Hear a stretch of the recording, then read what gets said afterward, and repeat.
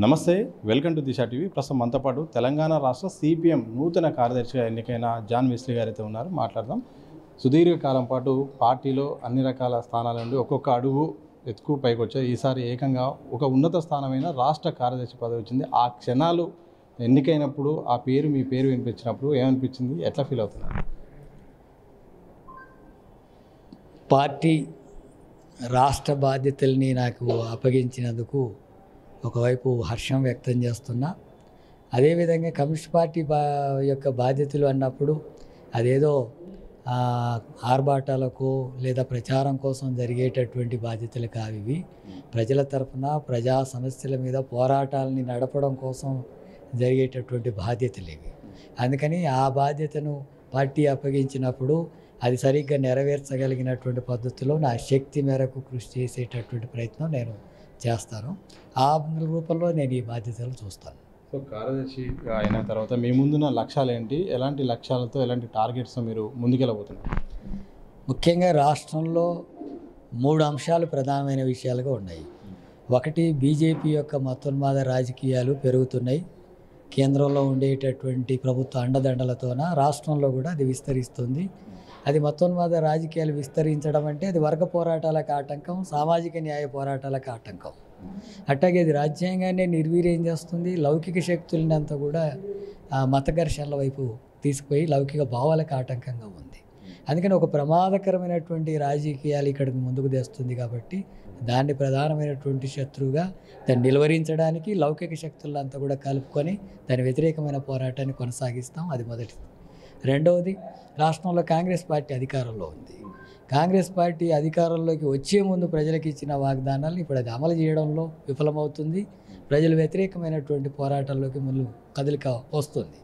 లగచర్ల భూ సమస్యలు కావచ్చు, ఇప్పుడు 4th సిటీ కోసం తీసుకుంటున్నటువంటి భూముల సమస్యలు కావచ్చు, నిర్వాసితుల సమస్యలు, అట్లాగే రైతులు, కూలీలు, ఇందిరమ్మ ఇండ్లు, ఇలాంటి వాగ్దానాలంతా కూడా చేశారు. రైతు భరోసా పేరుతో, కూలీ భరోసా పేరుతో ఈ వాగ్దానాలు ఏవి అమలు జరగడం లేదు. రైతుల్లో కానీ కూలీల్లో కానీ వ్యతిరేకత వస్తుంది. అట్లాగే ఇండ్ల స్థలాల సమస్య మీద కూడా వ్యతిరేకత వస్తుంది. నిరుద్యోగ సమస్య ప్రధానమైన అంశంగా ఉంది. ఉద్యోగాలు కల్పించడం లేదు. అందుకని ఇలాంటి ప్రధానమైనటువంటి అంశాలు ఉన్నాయి. విద్య, వైద్యం ప్రధానమైన అంశాలు ఉన్నాయి. వీటన్నిటి సమస్యల మీద, ప్రజా సమస్యల మీద మేము ఒక 49 తీర్మానాలు చేసాం. ఆ తీర్మానాల ఆధారంగా రాష్ట్రంలో అన్ని తరగతుల సమస్యల మీద పోరాటాలని కొనసాగిస్తాం. సో మారుతున్న పరిస్థితులు తగ్గట్టు వామపక్ష పార్టీలు తమ తీరును మార్చుకోవట్లేదు. అలాగే యువతకు ప్రాధాన్యత ఇవ్వడం లేదు. అందుకోసమే ఇక ఓటు బ్యాంకు పరంగా కూడా వెనకడుగు వేస్తుందని కూడా ఒక ఆరోపణలు వస్తున్నాయి. ఈ నేపథ్యంలో మీరు కార్యదర్శి అయిన తర్వాత యువతకు ప్రాధాన్యత ఇస్తారా? అలాగే ఓటు పరంగా దీన్ని ఒక పార్టీని బలంగా తయారు చేసుకోవడానికి ఎట్లా ముందుకెళ్తారు? ఆ పార్టీ తరఫున యువతను, మహిళలను ప్రోత్సహించి వాళ్ళను బలోపేతం చేసుకోవాలా పార్టీలో అనేటటువంటి ప్రయత్నం మేము ప్రారంభించాం. ఈ తెలంగాణ రాష్ట్రంలో కూడా దానికి ప్రాధాన్యత ఇస్తాం. తప్పకుండా భవిష్యత్తులో యువతను ఆకర్షించేటట్టుగా మా పోరాటాలు, మా కార్యాచరణ ఉంటుంది. అదే సందర్భంలో ఇక్కడ రాష్ట్రంలో ఉండేటటువంటి సమస్యల మీద, ఆ సమస్యల మీద ఆధారంగా జరిగే పోరాటంలో భాగంగానే మేము బలపడడానికి అవకాశం ఉంటుంది. ఇతర పార్టీల రూపంలో మేము మాయమాటలు చెప్పి డబ్బులు పంపిణీ చేసి ఓట్లు వేసుకొని బలపడే పరిస్థితులు కమ్యూనిస్టులకు ఉండవు. వాటికి భిన్నంగా ప్రజా సమస్యల మీద జరిగే పోరాటాల వల్ల, వర్గ పోరాటాల వల్ల, సామాజిక పోరాటాల వల్ల మేము బలపడే అవకాశం ఉంటుంది. అందుకని ఆ పోరాటాలని మేము ప్రధానంగా ముందుకు తీసుకెళ్లే ప్రయత్నం చేస్తాం. రాష్ట్రం అంతా విస్తరించేటట్టుగా ప్రయత్నం చేస్తాం. జెండాలు ఒక్కటి కావాలని ఇటు మీ పార్టీ నుండి ఒక సందర్భంలో మాట్లాడతారు. ఇక సిపిఐ పార్టీ నుండి కూడా అన్ని జెండాలు ఒక్కటి కావాలి, వామపక్షాలంతా ఒక్క తాటి మీద నడవాలని కూడా ఆయన పదే కూడా ఆ పార్టీ నుండి కూడా ఒక వాదన వస్తుంది. నిజంగా ఒక్కటి అవుతారా? ఒక్కటి కావాల్సిన అవసరం ఉందా? సాధ్యమా? అయితే ఏం జరుగుతుంది? కమ్యూనిస్టులంతా ఐక్యం అయితే మంచిదే. కానీ కమ్యూనిస్టులు ఐక్యం కావాలంటే ముందు కమ్యూనిస్టుల ఐక్య కార్యాచరణ అనేది ముందు జరగాలి. అందుకని ప్రజా సమస్యల మీద ఐక్య కార్యాచరణలు జరుగుతున్నాయి. ఇప్పుడు ఈ క్రమంలో అనేక అంశాలు, ఏదైనా సైద్ధాంతిక అంశాలు కానీ ఇతర అంశాలు ఉంటే వాటన్నిటిని కూడా చర్చించుకొని భవిష్యత్తులో ఐక్యం కావడానికి సిపిఎం పార్టీకి కూడా అభ్యంతరం ఏమీ లేదు. ఆ విషయాలు మా ఆల్ ఇండియా నాయకత్వం గతంలోనే ప్రకటించింది. అందుకని ఇప్పుడు కూడా మా విధానం అదే. అంత మాత్రాన ఇప్పుడిప్పుడే కలిసిపోవడం అనేది కలవడం వల్ల అది నిలబడదు. కలవడం అంటే ముందు అందరూ కూడా కలిసి పనిచేస్తూ ఉద్యమాల్లో క్రమంలో భాగంగానే ఐక్యత సాధించడం అనేది జరగాల. సైద్ధాంతికంగా కూడా అన్ని విషయాలు క్లియర్ చేసుకొని ముందుకు సాగాల్సి ఉంటుంది. అటువంటి ప్రాసెస్ అనేది సిపిఐ సిపిఎం మధ్యలో ఉంది, కొంత కొనసాగుతుంది. భవిష్యత్తులో అది అఖిల భారత స్థాయిలో జరగాల్సిన అంశాలు ఇవి. ఈ రాష్ట్రంలో చర్చించడానికో జిల్లాలో చర్చించడానికో సాధ్యం కాదు. ఇవి అఖిల భారత స్థాయి పార్టీలు కాబట్టి అక్కడ విధానాల అక్కడ జరిగేటటువంటి చర్చల ఆధారంగానే ఇక్కడ జరుగుతుంది. అందుకని ఐక్య కార్యాచరణ ముందు, ఆ తర్వాత ఐక్యం కావడానికి కూడా ఆ ప్రయాణం ముందుకు పోతుంది. సో మావోయిస్టులపై ఇక కేంద్రం కూడా ఉక్కుపాదం వేస్తుంది. ఇక్కడ అమిత్ షా కూడా 2026 వరకు మావోయిస్టు రహిత దేశంగా తయారు చేస్తామని కూడా ఇప్పటికీ దానికి సంబంధించిన చర్యలు కూడా నడుస్తున్నాయి. దండకార్యం కూడా మొత్తం రక్తపాతం అవుతుంది. ఈ సందర్భంలో మీ పార్టీ స్టాండ్ ఏంటి? అది ఒక మావోయిస్టులనే మీదనే కాదు, ప్రజాస్వామిక హక్కులు అడిగినటువంటి మేధావుల మీద, జర్నలిస్టుల మీద, అనేక రకాల వాళ్ళ మీద కేసులు, జైళ్ళు, నిర్బంధాలు, హత్యలు మనం అంతా కూడా చూస్తూనే ఉన్నాం. ఇప్పుడు మావోయిస్టుల మీద కూడా ప్రత్యేకంగా ఎన్కౌంటర్లు చేసి అట్లాగే ఊచకోత కోస్తున్నటువంటి పరిస్థితి ఉంది దారుణంగా. వీటిని మేము వ్యతిరేకిస్తున్నాం. ఇలాంటి పద్ధతుల్లో అలాంటి ఉద్యమాలు అణచివేయడం అనేటటువంటిది కూడా సాధ్యం కాదు. తాత్కాలికంగా కొంత నిర్వీర్యం చేయొచ్చు, కానీ ఆ ఆర్థిక దోపిడీ, సామాజిక అసమానతలు కొనసాగుతుంటే వాటిని పరిష్కరించకుండా ఉన్నంత కాలం ఆ ప్రజల నుంచి చైతన్యంతో తిరుగుబాట్లు వస్తాయి, పోరాటాలు వస్తాయి. తప్పకుండా అలాంటి దోపిడీకి వ్యతిరేకంగా, ఆధిపత్యానికి వ్యతిరేకంగా ఎంత నిర్బంధాన్ని సృష్టించినా, ఎంత నియంతృత్వ ధోరణితో బీజేపీ, అమిత్ షా లాంటి వాళ్ళు వివరించినా సరే ప్రజలు తిరగబడతారనేదే చరిత్ర. అదే జరుగుతుంది రేపు భవిష్యత్తులో కూడా. కాబట్టి ఆ రూపంలో వాళ్ళు దాన్ని మొత్తమే నిర్మూలించడం అనేది సాధ్యం కాదు. సో నిన్న మీరు కార్యదర్శిగా ప్రకటించగానే ఈరోజు ఎమ్మెల్సీ సంబంధించిన నోటిఫికేషన్ కూడా వచ్చింది. అంటే మీ ముందు ఇప్పుడు ఎమ్మెల్సీ సంబంధించిన ఎన్నికలు మీ ముందు ఉన్నాయి, ఆ తర్వాత స్థానిక ఎన్నికలు రాష్ట్రంలో రాబోతున్నాయి. మీ పార్టీ ఎట్లా ముందుకెళ్తుంది? పొత్తులతో స్థానిక ఎన్నికలు ఎలా పోతుందా? అలాగే ఎమ్మెల్సీల విషయంలో మద్దతు ఇస్తుందా? అభ్యర్థిని పెడుతుందా? కాంగ్రెస్కు సపోర్ట్ చేస్తుందా? ముందుగా టీచర్స్ ఎమ్మెల్సీలో నర్సిరెడ్డి గారు పోటీ చేస్తున్నారు. ఆయనను మేము బలపరుస్తున్నాం.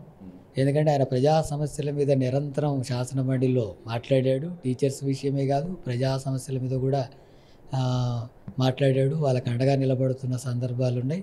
అందుకని ఈసారి కూడా ఆయన మళ్ళీ పోటీ చేస్తున్నాడు కాబట్టి ఆయనకు మద్దతు ఇవ్వాలని, ఆయన గెలిపించాలని చెప్పి మేము కూడా విజ్ఞప్తి చేస్తున్నాం. మిగతా విషయాలు ఇంకా మేము చర్చించి నిర్ణయం తీసుకుంటాం.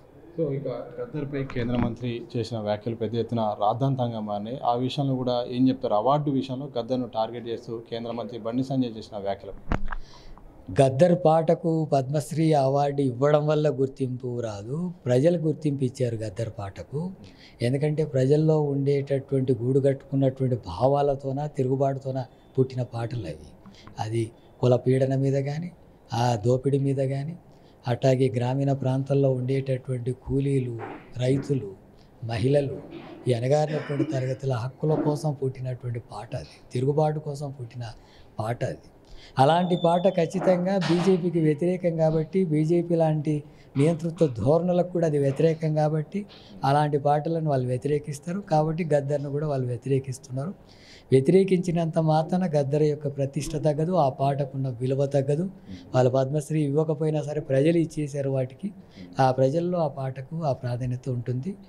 ఎన్ని నిర్బంధాలు వచ్చినా పాట ప్రజల తరఫున ఉన్నంత కాలం ఆ పాటకు ప్రజలే ప్రాధాన్యత ఇస్తారు, ప్రజలే అవార్డు ఇస్తారు. సో ఇక సిపిఎం రాష్ట్ర చరిత్రలోనే మొదటిసారిగా దళిత సామాజిక వర్గానికి చెందిన మీకు రాష్ట్ర కార్యదర్శి పదవి వచ్చింది. ఈ నేపథ్యంలో పార్టీ స్టాండ్ పట్ల, పార్టీ నిర్ణయం పట్ల, ఎన్నిక పట్ల కూడా ఏమని చెప్తారు?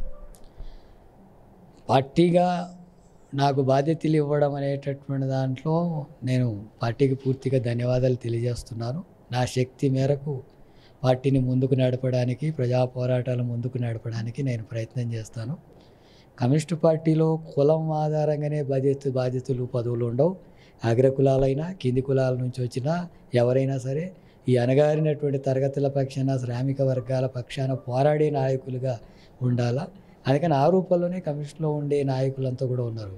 అట్లాగే సామాజికంగా ఈ దళితుల నుంచి నేను వచ్చి ఉన్నటువంటి నేపథ్యంలో ఆ చర్చ, దానికి కొంత ప్రాధాన్యత ఉండడం అనేది ఒక ప్రత్యేకమైన అంశంగా కనిపించవచ్చు. అయితే దాని ఆధారంగానే ఈ బాధ్యత ఇవ్వడం అనేది కాదు. నేను దళితుడుగా ఉండి ఈ స్థానంలోకి రావడం అనేటటువంటిది కూడా సిపిఎం పార్టీలో అదొక అవకాశంగా, ఒక గొప్ప అవకాశంగా, సామాజిక ఉద్యమాలు చేస్తూ ఈ అణగారిన తరగతుల్ని నాయకులుగా ప్రోత్సహిస్తుంది అంటే ఇది వాస్తవమైనటువంటి ప్రోత్సాహం. అక్కడక్కడ రాష్ట్రపతి పదవి ఇచ్చే ఇది ఇచ్చి ఏ బాధ్యతలు లేకుండా, ఏ హక్కులు లేకుండా అగౌరవపరిచేటటువంటి ధోరణులు అక్కడ జరుగుతాయి. ఇది పోరాటాల్లో బాధ్యతలు, పోరాటాలు నడపడంలో బాధ్యతలు. ఆ పోరాటాలు నడపడం కోసం ఇచ్చినటువంటి బాధ్యతల్లో నాకు పార్టీ అప్పగించడం అనేటటువంటిది నేను తప్పకుండా అది ప్రాధాన్యత కలిగిన అంశంగా భావిస్తా. పార్టీ ఇచ్చినటువంటి నమ్మకాన్ని నిలబెట్టుకునేటట్టుగా నా కార్యాచరణ ఉంటుంది.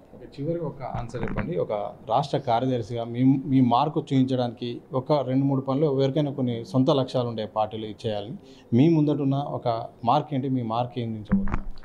నేను రాష్ట్రంలో 3 అంశాల మీద ప్రధానంగా, ఒకటి ఆర్థిక దోపిడీకి వ్యతిరేకంగా, సామాజిక అణచివేతకు వ్యతిరేకంగా, అట్లాగే మతోన్మాదానికి వ్యతిరేకంగా ఈ పోరాటాల ద్వారా రాష్ట్రంలో ఒక బలమైనటువంటి శక్తిగా ఎదగాలని చెప్పి భావిస్తున్నాను. అందుకు తగినటువంటి పద్ధతుల్లో మేము పార్టీగా కార్యాచరణ రూపొందించుకుంటాం. మొత్తంగా ప్రజా సమస్యలపై పోరాడుతూ ఇక కేంద్ర విధానం అలాగే రాష్ట్ర పాలన విషయంలో కూడా ఇలాంటి సమస్యలు ఉంటాయి. తప్పకుండా వాటిని ప్రజా పోరాటాలు కూడా చేస్తాం. పార్టీని ఆ రకంగా బలోపేతం చేస్తామని కూడా తెలంగాణ రాష్ట్రానికి సిపిఎం నూతన కార్యదర్శిగా ఎన్నికైన జాన్ వెస్లీ గారు అయితే స్పష్టం చేసిన సందర్భం చూడొచ్చు. కెమెరా పర్సన్ మసూద్తో సతీష్, దిశ టీవీ, హైదరాబాద్.